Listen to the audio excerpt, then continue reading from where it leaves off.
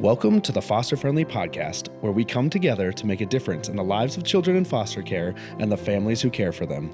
Foster Friendly communities are part of a nationwide movement by America's Kids Belong that helps people from all walks of life take action and help kids and families thrive. You'll hear from former foster youth, foster and adoptive parents, social workers, faith and business leaders, and other experts on how to engage in meaningful ways. Our hosts Brian, Travis, and Courtney explore inspiring stories of everyday people making a difference in foster care where they live and work. Hello and welcome to the Foster Friendly Podcast. I'm Brian with my two incredible co-hosts, Courtney and Travis.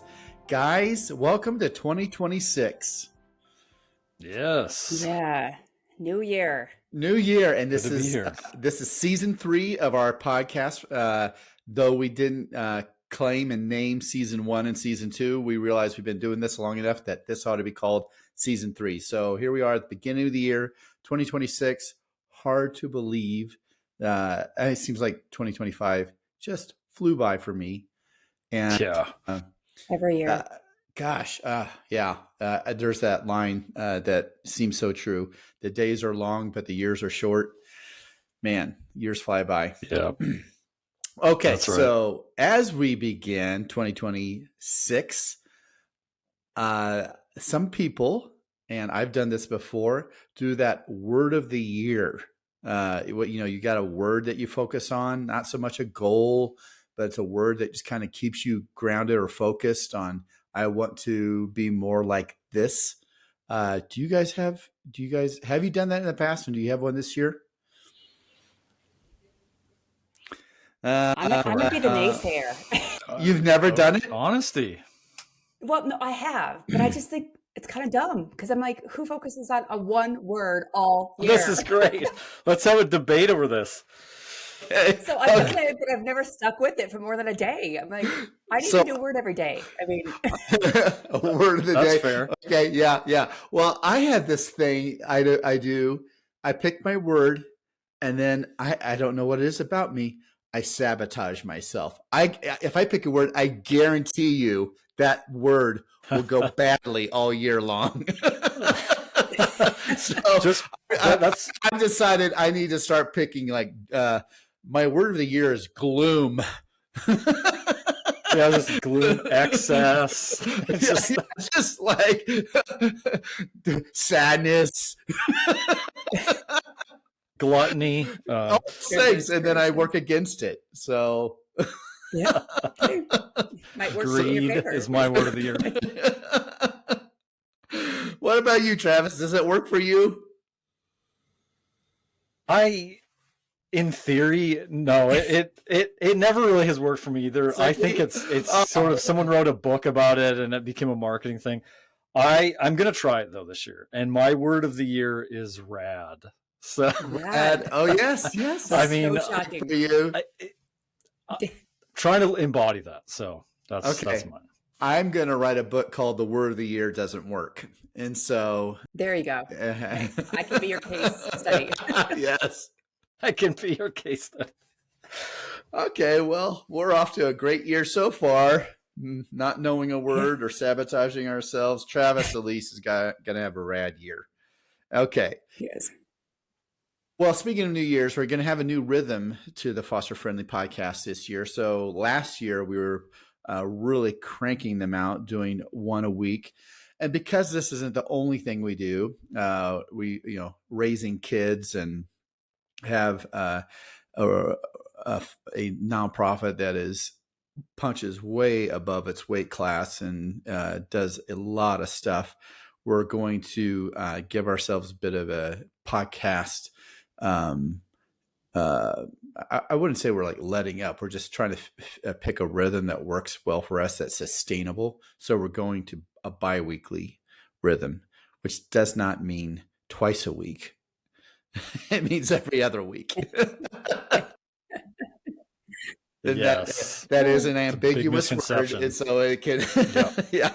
So, all right. So speaking of that, then looking ahead for this podcast for 2026, what do you guys, as you see into the future a little bit, the best you can, what are you looking forward to and anticipating about this year that it could help our listeners have a sense of expectation? I think for me, just the fact that we're going to be every other week, it gives us more time to focus on our guests, to really get to know them a little bit better, focus on our content as well. Some people of our listeners might not realize, but we do webinars, and we've been turning some of our podcasts into webinars, and just to be able to look at our content and like dive deep, because we have such great content on this podcast and wonderful guests, that we want to get content out there for people to use and use for training credit. So I think it's just going to give us more time to focus on our guests and the content that we have. That's good. Yeah. For me, similar to that, but also just being strategic of like, it is hard to say no to guests. I mean, we're at a point now where we're weekly, daily, sometimes getting, people wanting to be on the podcast, and so many amazing people. Sometimes it's just not really a fit, at all. But like, it's so, looking at people, really trying to pick out like what really are going to be the best episodes that are really going to touch people in ways and be really applicable. And so I'm really looking forward to that and more guests. And of course, we've always had a really special place here for former Foster alumni, and that will definitely continue. So featuring their voice. So yeah. I know one of the things we're going to emphasize a little bit more this year than we have in the past is the why behind foster care, why it is so important, so strategic, and unfortunately it tends to be a hidden issue. It's in the shadows a bit, and especially like compared to other worthy and notable social wounds. I think about homelessness. I mean, if you live in a city of any, I mean, it doesn't take much, 50,000 plus, you'll probably see homelessness. It's hard to avoid. Or along with that, addiction, mental health, even though you probably don't see it, it's well known is human trafficking. But you ask people about social wounds, what comes to mind? Foster care rarely comes to mind, though it's upstream to so many of those other issues. So we're going to talk more about why that matters. And it was really the why behind foster care that got me more deeply involved, because my role as a community transformation pastor, I had my eye on all those kinds of social wounds, and it was foster care that seemed to be the hub to all those other wounds. So that will be if we're gonna have a theme this year, it's going to be kind of on that, the why behind the strategic importance of foster care.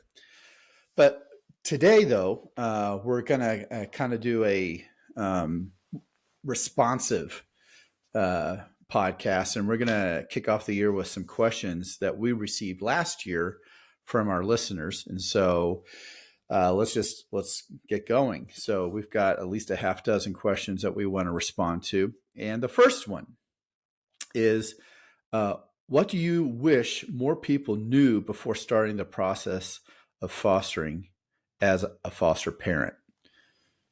And so a lot of people coming into fostering with big hearts, but also maybe because they don't know everything, they maybe come in with a little naivety, and I certainly did. And so what would you want people to know so that they come in not more pessimistic, but more realistic? Yeah.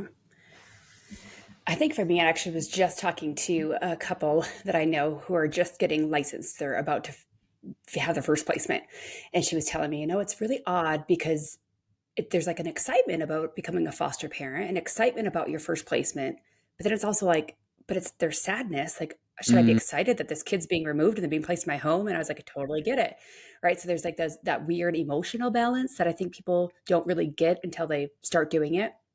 But with that, I think because people are, I've gone through this long process of a home study and all the paperwork and the doctor's appointments and all this stuff. I've done all these things, so I'm ready. that they just say yes to everything that comes their way from the get-go. Mm. And I know we've talked about that before in this podcast, but you can say no. And I have seen time and time again, brand new foster parents say yes to the first placement that they get. And it's not a good match. And then it's their first placement. So a month in, they're drowning and saying, we can't do this. And then they either quit right away, or the kid needs to be moved to another home because they weren't ready for it. And it's like, well, a lot of that's just because you're not looking at the placement. And maybe even the caseworkers aren't looking at the placement for you and making that match a good match, the home for the child type situation. That's great advice. And the way you set it up is so true, because you've done all the classes, done all the work, signed all the papers, done the homework, you feel like we're ready. And then you feel a little, might feel guilty when they call you on the first one to not say yes. You feel ready. It feels wrong possibly to say no, but keeping in mind that the wrong yes might lead to then a permanent no afterwards. Yeah. That's so smart. Put it more, how would you positively frame it then, Courtney? Would you say, okay, so when you're just starting, you've been certified, you get that phone call, what would you say, what has to be true for them to say yes to it? Ask a lot of questions so you understand the placement's needs as best as they know, right? They don't always know everything, but also understand, there's different levels of kids coming into care. What is the week going to look like for this kiddo? Are we going to have the bandwidth to give them the time to take them to all their appointments, to the visitations? Oftentimes, if they're an infant, people think, oh yeah, I want a baby, but not realizing that sometimes babies have 3-4 visitations a week because they're wanting to build that connection with birth mom or dad. And so people don't think about that, and they think, oh yeah, that sounds so great. And then they start doing it like, oh, this is not realistic. So literally take out your schedule and look at your schedule and say, can we do this? Yes. Right. Yeah. What's required? Or do we have a tribe around us to help us? That's good. Yeah. That's good. Travis, anything you want to, oh, sorry. Go ahead, Corey. I didn't mean to cut you off. And then I was just going to say, if you have kids too, I know that's a common thing. Like if you have kids already in the home, we have found the hardest combination is the same gender and same age as one of our kids. So I'm not, for us, we haven't necessarily said they can't be older, they can't be younger, whatever, but we have found the hardest combination is same gender, same age as one of our kids, because there's just a natural competition and a natural feeling not enough. And again, I'm not saying that's for everybody, but just looking at, if you have kids in the home already, are my kids really going to be able to do this emotionally, physically, tangibly? And if not, then it might be a no for this situation too. Yeah. Wow. General advice that we give people, and I think all three of us have broken our own advice, is, foster kids that are younger than your own kids and younger than your youngest, so that you have your own kids who are used to the family values and rhythms are the ones who are kind of influencing the younger kids who have come into your home. Again, I believe all three of us have not lived up to that at times. So, but it still holds true that to have your own kids, because they're older, be able to help be a big sibling. It can be advantageous. Travis, anything else there on just? I just add a question? Few. Yeah, just a few like real general things. I was thinking of just be you. You're gonna get training. You're gonna learn a lot of things and apply those things and stuff. It can be really intimidating to feel like, where's your authentic place in all of that? But I think part of it is just being authentically you. Embracing humor. There's going to be times where that can be a gift here in the space. For sure. Not taking yourself seriously. We've talked about that. There's going to be times that, yes, you're going to have to lean into some really hard things and be a serious listener. But there's never underestimate the power, though, of levity as well. I would say just one other thing that comes to mind is have expectations, but do not be overly rigid, or you're going to go through a buzzsaw. So, I mean, there just has to be, you can have goals and expectations, but when you can't adapt, you're going to be in some serious trouble. So, and just learning as you go. This is all about learning as we go. Yeah, that's good. Okay, the next question, this actually is an issue that why a lot of people say no to being a foster parent in the first place has to do with the goodbyes. And they say, I could just never do that. And so how do you handle the goodbye when a foster placement ends? You've had a kid in your life, home, maybe for more than a year. And now that child is moving out, typically because of a reunification or going to maybe a grandma or something like that. And you have poured your life into that child. And now you have to say goodbye. What advice do you have for people? There might be people right now knowing that they're facing that in the next few weeks or month. What advice would you have for that person?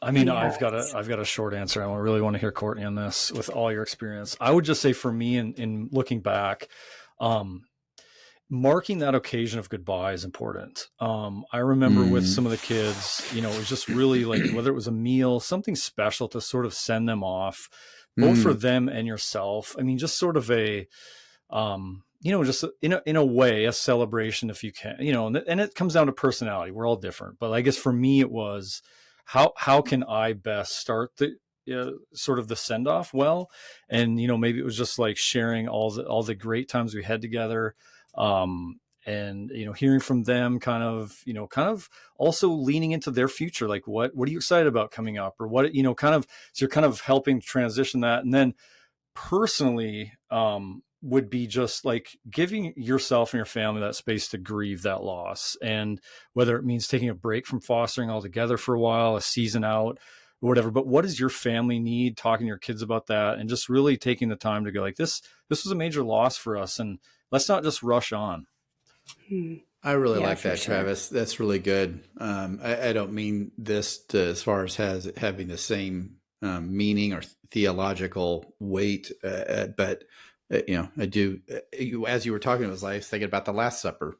Jesus taking the time to say, let's gather together and have a meal that it can be described as a Thanksgiving meal, a Eucharist, and celebrating what you have had together. And that's special. I like that. Courtney, okay, imagine someone knows that they're facing this right now. They're just a few weeks away from having to say goodbye. What advice do you have?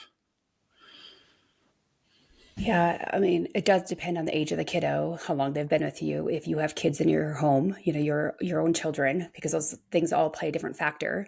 But a big thing, kind of like Travis had mentioned, is we set the stage with the kiddo to make them know that we love them, that we care about them, that we're not just going away. Again, depending on the age appropriateness of being able to talk them through that, but also being really mindful of their emotions, because some kids are really excited and some kids are really sad. And if kids really excited, we don't want to just be crying in front of them nonstop and making it super emotional. It's okay to shed some tears. It's okay to let them know, like, I care about you and I've loved having you in our home. We loved getting to know you, but we're so excited for your future and, what's going on. And so just being mindful about their emotions. And then if they're super emotional and you're super emotional, if they're like, I just can't leave, I don't want to leave. And you're portraying that back to them, it's going to make it a lot harder. And so sometimes you might have to kind of do that behind the closed doors and put on, the adult face to try to help them get through their emotions. And we've experienced that quite a few times of kids that don't want to leave our house. And now we're trying to help, counsel them through that. And it's just a whole different way of having to counsel them really through that situation. Oh, that's good for people to realize, that you got to tune into the kids, and some are excited, some are scared, some are they're pretending one way or the other. So to figure out what's happening there, that's really, because you might just assume that the kid is always going to be happy or always going to be sad, and that's not the case. That's good. And then not hide stuff. Mm-hmm. It depends. Again, are they going back to biological parents? Are they going back to grandparents? Are they going on to an adoptive home? So whomever that is that they're going with, I try to rally around that person, months in advance, because you usually know it's kind of coming, for a while, and rally around those people, get to be on their teams. They feel you as their cheerleader. And then they'll also keep you in contact. I mean, when we've done that really well, these families, I have moms who still text me to this day, and it's been over a year that this kiddo has left our house. So the more they feel that, the more they're going to keep you, in the loop, or reach out to you if they have a question, or, hey, he's talking about this. Can you tell me about that memory, or what you guys did for Christmas that he's trying to explain to me, or whatever it might be.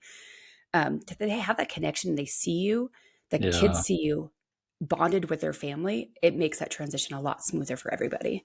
It's a great tip. Yeah.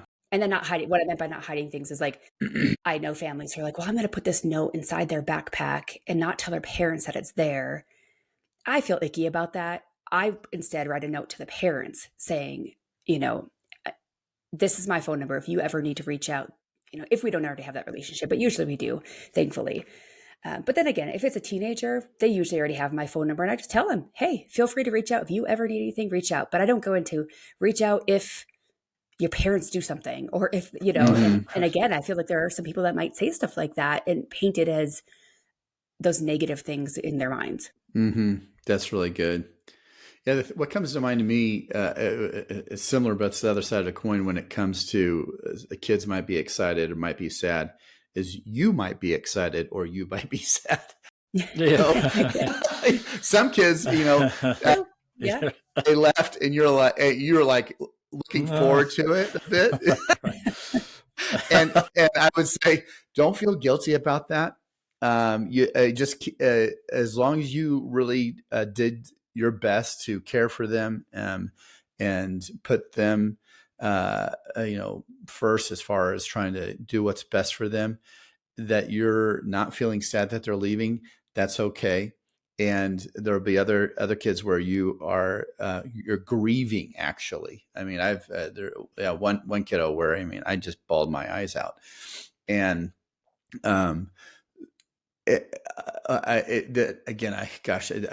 don't mean this to be inappropriate in any manner, but just how it is, like when you meet people, either, you click or you don't click. If you're dating, you click or you don't click. Sometimes you click with kids and sometimes you don't.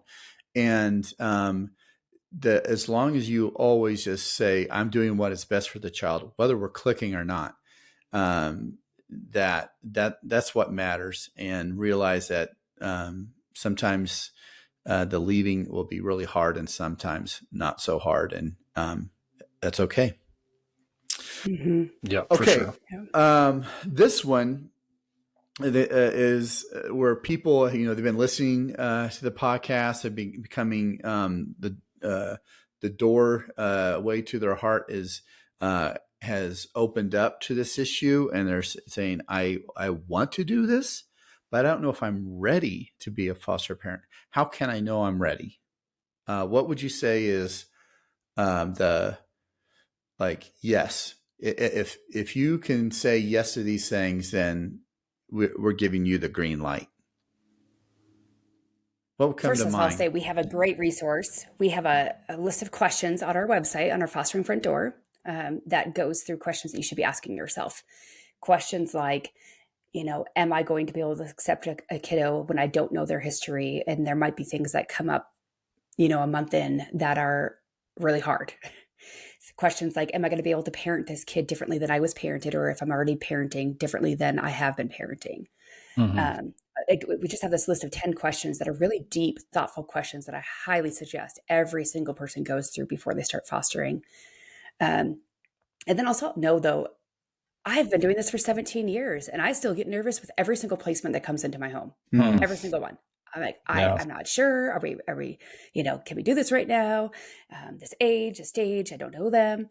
So you're going to feel nervous. And there's a difference between being nervous or maybe a little uncomfortable versus ready. Okay. And so knowing that those feelings aren't going to go away. Yeah. And back to that resource, where can they most easily find that?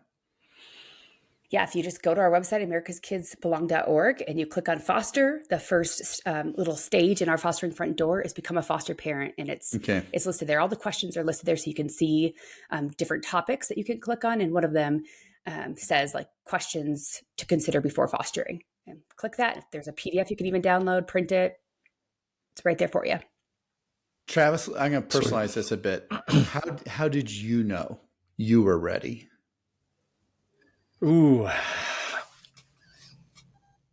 Well, I mean, similar to what Courtney said, I mean, I think the truth of it is, is that no one feels they're 100% ready. And if someone thinks that I don't feel I'm 100% ready, therefore I'm not ready, that's just false. I mean, it's just, we don't enter marriage like that generally. We don't, big things that we do, there is this trepidation to some degree, and that's healthy. And I think when we can recognize, I heard it once said that like courage results when our convictions are bigger than our fears. If you're asking the question because your heart is there, I think it's well, I'm supposed to answer for myself, but I guess like I'm thinking, so I would say it this way: what things are like? So my heart feels ready, or to a degree, like the conviction is there. I think for me, and I would say this even generally too, it was my spouse and kids were in on this together. So families unified. There is the flexibility to handle this to a degree. Appointments and all this kind of comes up. We do have a support system,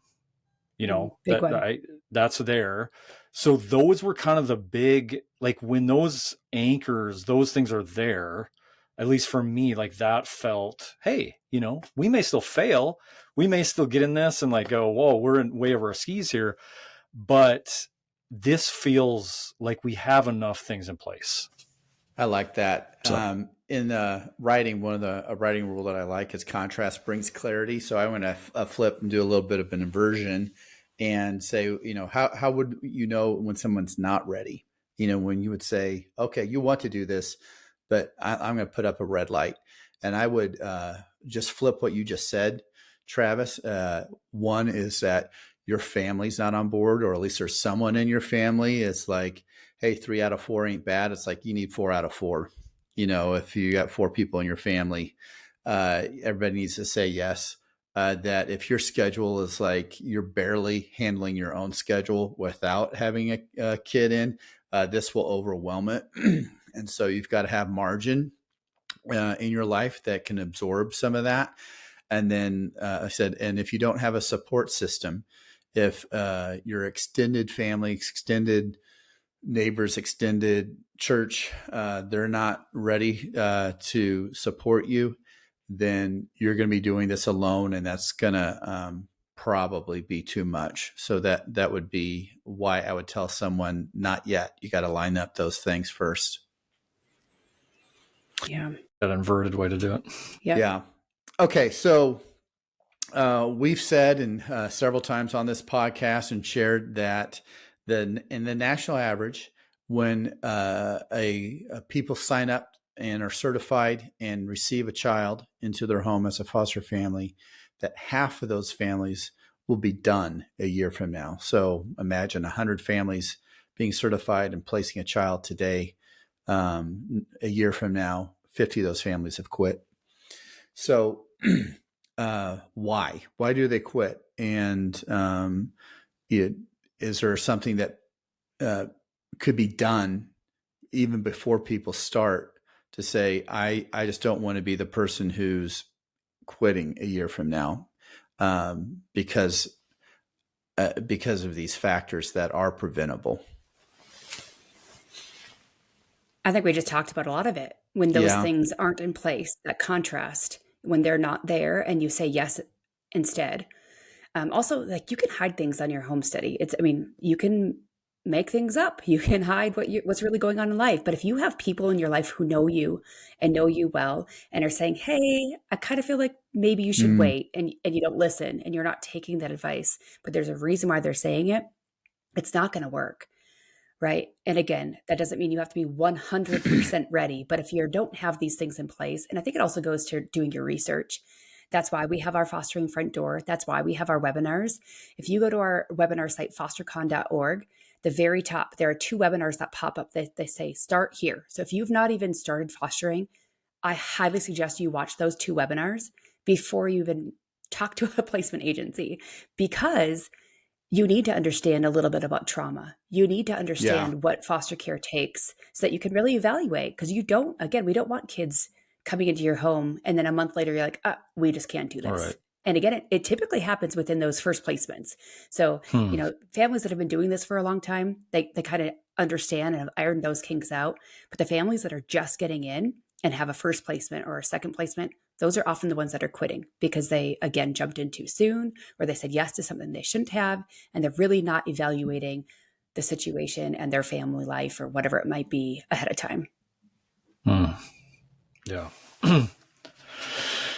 Yeah. So I was kind of thinking similarly too, of just, we do know, and we've talked about this in another episode, we have an episode on, talking about why foster, parents are quitting and talks around that. It's a great conversation. So check out that episode. I don't know what number it was, but it was in one of the seasons. We can link it in the show notes. Yeah, there we go. Yeah.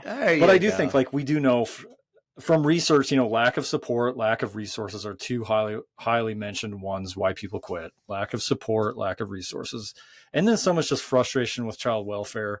That's just going to be the nature of the game. And so, there's still ways to mitigate and work through some of that. Courtney's given great tips in these podcasts of like ways to talk to child welfare workers through issues or ways to advocate still. But at the end of the day too, it's just hard work. And so I don't know. I think there's always that tension between what Courtney said, which I love, is it's almost like do more preparatory groundwork to get ready, then go in and just quit, because then here's another placement where a kid gets bounced then into your home and then bounced to another one. But the tension also of going, like, maybe you have fostered for like 3 years and, now you're getting just stressed and burned out. And when it is time to call it quits as well. So there's kind of some tension there of like, no one's saying you're a coward or that you screwed up by quitting, but it's something to, I don't know, try to balance. True. Yeah. Fostering for lots and lots and lots and lots of families tends to be a season in their life. And so, we have seen some families, like Courtney's one, where the season is pretty long, and others where it's just a few years, and that's okay. Okay, so that is a difference between. Go ahead. That is a difference between those ones that you're talking about, those homes who have done it for a season versus those that quit within the first year. Yeah. And to me, the first year thing is just not being ready. Right. For the most part, I would say. Yeah. And so, I would say too, if you're going to do it and only going to do it for a year, you went through a lot of headaches just for that short moment. And so, take what we've already said, like, make sure your first placement is an appropriate placement. That you did receive some trauma training so that your expectations are set. And you have at least eyes to see behaviors that are motivated by trauma. That you've got everybody in your family on board. That your schedule has some margin. That you have support. All those things can help you. The one that Travis brought up that is a little bit out of your hands, but again, he mentioned that Courtney's. I got some good tips. Is that just the system can be exasperating. And so understanding that. Okay. How do I support foster families in my community if I'm not fostering myself? That's a big one. Yeah. I feel like we need to do a whole episode on this. Again, we mentioned for foster families, these are the things you kind of need to have in place, but it takes people around you. And like Travis mentioned, if you don't have some people around you, I would highly advise you not to do that. You can't do it alone. I don't know a single foster family that does not have, it doesn't have to be family, it might be family. We don't have family close to us, but we've got a church body that supports us, right? You might be neighbors who support you. It might be, friends of your kids, their parents that support you, whomever it is that really is going to rally around you because you just cannot do it alone. I think about things like transportation. Right now, my daughter's in club volleyball. She's has practices all the time, but our schedule with our foster son is very busy for visitations. So we have people who take her to volleyball every single time for us because we just can't with our foster son's visitation. If we didn't have that, it'd have to be one or the other, right? And so we have to have those people. And transportation is one of the biggest ways I have seen foster families say, we are flailing. Like, we need help with transportation. So that's a biggie right there. God, I was laughing of like my daughter's volleyball too, and there's a lot of times, and we're not fostering, and I was like having friends take her to the games and stuff because transportation is tough. You have multiple kids and a lot of busyness and stuff. I mean, yeah. I was going to throw out there. I mean, to me, if you're completely in the gray on this, is starting with just calling your local child welfare office. Whether that's in your county or as a state. Just like, hey, this is the non-AKB answer. I mean, we kind of given some of that with our resources, but like just of like what is going on in our say county and how can I help support foster families? That would be a start locally. Yeah, I would say too also, that. Okay, I'll say it. I'll say what I was going to say. You say it, or Brian. I have something to say. Raise your hand. That a lot of foster families, they're just by who they are, they tend to be the ones who are helpers, and they find it a little hard to ask for help. And so if you know of a family who's fostering, I want you to assume, take this to the bank, they need help and they're not asking. And so you be the proactive one, and don't go over there and visit with them and say, hey, if you ever need help, let me know. Just come over and kind of insert yourself in a sense. Say, hey, I brought over a meal. Like, and hand it to them. Or say, I'm going to bring over a meal, on Tuesday. And just be more assertive that way, and offers and be specific. I can help with carpooling. I can help with math homework. I can watch the kids for a few hours, once a month. Be specific, be proactive, instead of just saying, I can help, call me if you need me.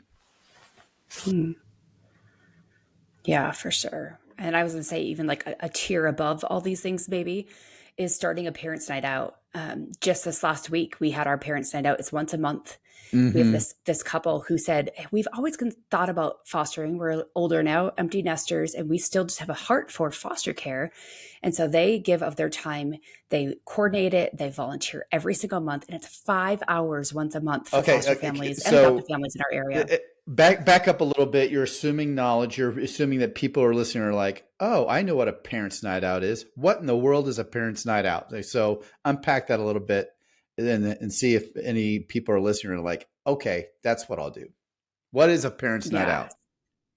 So it's time away for the parents to do what they need to do. They could go home and rest. They could go shopping. They could go on a date. They could do whatever they want, but their kids are cared for, in our case, by trauma-informed caregivers, which is a key, because then we feel comfortable dropping them off, who are trained, who understand these kiddos, who are there every month. So they get to know the kids. So it's not like, oh, new people every single month.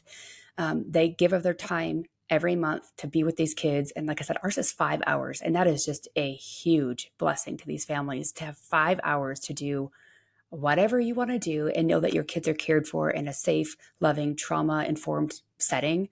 It's huge. So a lot of families have said, I could not do it without this. Is this for one family or more than one family, a parents' night out?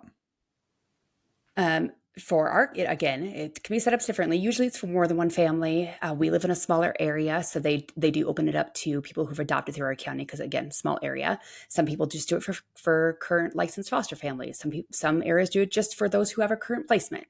But we get to drop off any of our kids biological, adopted, foster that we want to once a month. When you drop them off, do you drop them off at a bar? Where are these things hosted? That would be their choice. I mean, ease of access is what it's. We have a couple of churches who have opened their doors to say that, and also the rec center. The last one was at our rec center, and they were there for 5 hours they had different stations set up, and not a bar. Got it. Not a bar. Probably not the best. Okay, churches and rec centers, that makes sense. Okay, all right. Yeah. So I'm a big believer in Parents Night Out, and it's something I think that churches, they're built for this, and so if your church is looking for something that is meaningful and that would be well received, and the chance for people in your congregation to actually meet foster families, meet kids in care, a Parents Night Out is a great, great ministry. And I was just going to add to that was also on the website, we have a tab on faith communities and how you can engage maybe your local church on starting some of this. We have some amazing resources. And if you're a business, we have a whole thing, Brian, you could speak for a second on foster-friendly businesses if you got. That's true. This podcast wasn't meant to be a plug or commercial for our resources, but we've got a lot of great resources. So go to our site, and they're all available for free, and great things there for churches and businesses. If we are big believers that your business doesn't need to close down for a day and then go volunteer somewhere, that your business actually is blessing by the way it already runs and what it already provides. And so it just redirect it a bit to foster families, similar to military families that you might want to support and recognize and honor.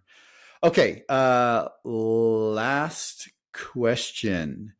I'm interested in helping youth who have aged out. Are there any great organizations or ways to help? Brian, I feel like you should answer this one. I think so. You might know somebody. Just so you know, I did not write this question. So it just so happens, 10 years ago, I'll share a little story. So 10 years ago, we were videoing a kid, DeAndre. He was 17 and a half, wonderful kid that we were hoping would get adopted by a family who saw the video. And that did not happen. He aged out, unfortunately. And we soon discovered that he was living on the streets. In fact, he opens up my chapter on homelessness. And my wife, we were running America's Kids Belong. She just thought, I can't let this just be the end of his story. I want to create something where he still feels seen and appreciated and cared for. And so we created a program called Dream Makers, and you can find it at the website, dreammakersproject.org. And it's dreams that kids who've aged out say, I wish this were true for me. And so a lot of times it's vocational or educational help. And so it could be a laptop or things like that, or all sorts of things. But we've had a kid who got a pilot's license. We've also had some that are more kind of heartbreaking dreams. But again, for the most part, they're pretty uplifting and vocationally and educationally oriented. And so you can go there, and it's kind of like Make-A-Wish, but it's not for someone who's sick. It's someone who's aged out. And that can help a kid take their next step towards a kind of a connected independence. I think you can always reach out to your local county and say, hey, I'm interested in aging or mentoring somebody aging out. Is there anybody that you guys have who might be aging out or has recently aged out that you could give them my contact in case they need a community to support, somebody to wrap around them? And I feel like mentorship is just a huge need for that age and stage as well. 100%. I I did see there's a big organization nationally called mentoring.org that I think you can also check into, and has, connections to facilitate those matches across the country. All right. Okay. And then as we close out, and we've already brought this up a few times, but we'll close out with a little bit more clarity, explicitly sharing what America's Kids Belong does. So we have 3 main programs, and what we're trying to solve are 2 just persistent problems and profound problems. One is a recruiting problem. There are half as many families that are needed to be foster and adoptive families. And so we need to recruit more foster and adoptive families. And the other problem is a retention problem. So recruitment and retention. And the retention problem is another half. There are half as many families as needed. And when they do step up, half of them quit within a year. And so we're providing resources for recruitment and retention of those families. One of our programs, our 3 signature programs, is the I Belong Project. That's what we're known for because it's visual and visceral. We've filmed over 4,000 kids, who are the longest waiting kids, giving them their kind of last best chance at a permanent family. And we're not just the biggest, we're the best at it, unabashedly, but we're great at protecting the kids and also holding that balance of promoting them, knowing and believing in our hearts that the best advocates for these kids are not politicians, preachers, or government recruiters. It's the kids themselves, if they are just given a chance to share their heart. So there's the I Belong Project. The second one is foster-friendly communities. And Travis, I'll let you. Sorry, I know I just teacher called on the student that was okay. You're back there doodling, and and then Courtney, I'll give you a heads up. You'll get to do the third program. Travis, foster-friendly communities. Explain what that is and its intent to help support families. Well, I'll take a stab, and you guys bat clean up on this. But it is an incredible, but it's incredible vision on, I remember several years ago, Brian talked about we need to change around first it was recruiting and then retaining. Mm-hmm. And I remember one time you had this like light bulb moment. No, it's retention first, and then recruiting comes after that, because how are we recruiting people? We're into a place that if they're not adequately supported, like it's yes. It's on us. Like we're failing them there. So foster-friendly communities are an expansive vision that is growing nationally across the country, driven by the Foster-Friendly app, mm-hmm. which is a just state-of-the-art, yeah, we've had 20,000 people download that app right now. Yeah. Oh my gosh. Right. So like it's this app where it matches businesses across the country. And right now we're in how many states would we say that are using this? It would be probably 8, something like that. 8. Okay. And you can check this out on the website if your state is one of these. But the app, anyway, it's just like Brian said earlier, of military discounts like that, where you log in and hop in on this and say, maybe you're in one of our states, like you're in Nashville, Tennessee, and you are curious about a bakery. And you find out, there's bakeries that give discounts to foster families, or a zoo, so anyway, awesome way to engage that way. And what else would you guys want to add about foster-friendly communities? Yeah, we would, when we focus in on a community, a city that we'd like, they're kind of reach thresholds that 10% of businesses, retail businesses, are involved as being foster friendly, that 5% of churches are. And it's like, why is there a smaller percentage of churches? It's because we're big believers that we want fewer churches just doing it better instead of a bunch of churches not doing it well. And so we help churches become foster-friendly churches by reaching what we believe are the 3 best practices of being trauma-trained, having an ongoing support ministry, and then thirdly, teaching on it in a meaningful way at least once a year. And so we do that. We get other nonprofits to be on the app so that they can be more easily identified, seen. Lots of foster families don't know that these other foster family, nonprofits exist. So it's just coming together and creating an ecosystem of support. So that when families say yes to fostering, the rest of the community says yes to them. Like they've got their back. Mm-hmm. And you're right. It was that light bulb moment for me was like, we really need to prioritize retention. And so as we talk about these programs, it's really 3, 2, 1. The I Belong Project, the videos is 3. The foster friendly communities is number 2, and number 1, as far as it, and I mean, that's like a funnel. The number 1 would be a Fostering Front Door. And Courtney, you were key in developing that. So explain what Fostering Front Door, why it exists and what it does.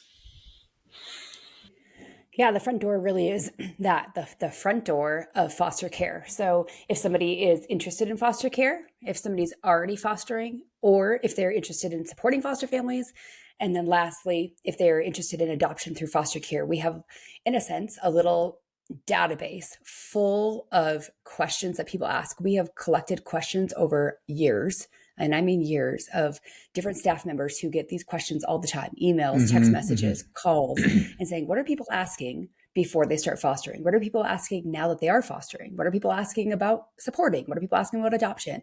And we have put together answers to all those questions. We've put together resources for all those questions. So it is an amazing database. Again, if you're interested in fostering, go and check it out. Pretty much any question you can think of asking is going to be answered there. And then again, once you start fostering, it's like, okay, I'm doing this, and it's part of that retention, giving ongoing trainings, giving answers and resources and links to even other organizations that are doing things well when it comes to, might be fetal alcohol, or you might have a placement of something new that you haven't experienced before. And you're like, I need help, and my caseworkers don't have a lot of answers for this situation. Go to the front door and we might have your answer there. And then again, understanding adoption through foster care, we get tons of questions about that and want people to be well educated on the why. Adoption through foster care is different than other means of adoption. Mm-hmm. And it's different for a reason. And that is because the primary goal is going to be reunification with a family member, right? And we just need to really educate our families well, and understanding how adoption through foster care is going to be a completely different process than adoption internationally or domestically. And we just want people to understand and have answers. Yeah. Well, Courtney, Travis, thank you so much for being such a key part of this organization and this podcast. And I think we're off to a great start for 2026. And we're going to have more listeners than ever. And we want to make sure that we're guiding them in a way that is for them feels, that they can trust us. I put a big deal on us being the most trustworthy organization in this space. So for our listeners, thank you so much. We care about you, and just keep leaning in and taking your next best yes. Yeah. Here's to 2026. Cheers. We hope you enjoyed today's episode. If so, will you help us reach more people by subscribing, sharing the podcast with a friend, and leaving a 5-star review? If you've been inspired by what you've heard today and want to learn more of how you can make a difference for kids in foster care and the foster families where you live, visit americaskidsbelong.org. We depend on individual donors to fund our work. We'd be grateful if you would consider joining us as a monthly donor. Visit americaskidsbelong.org to make your tax-deductible donation. Thank you. Together, we can ensure a family for every child in foster care and a foster-friendly community to ensure every foster family feels loved and supported.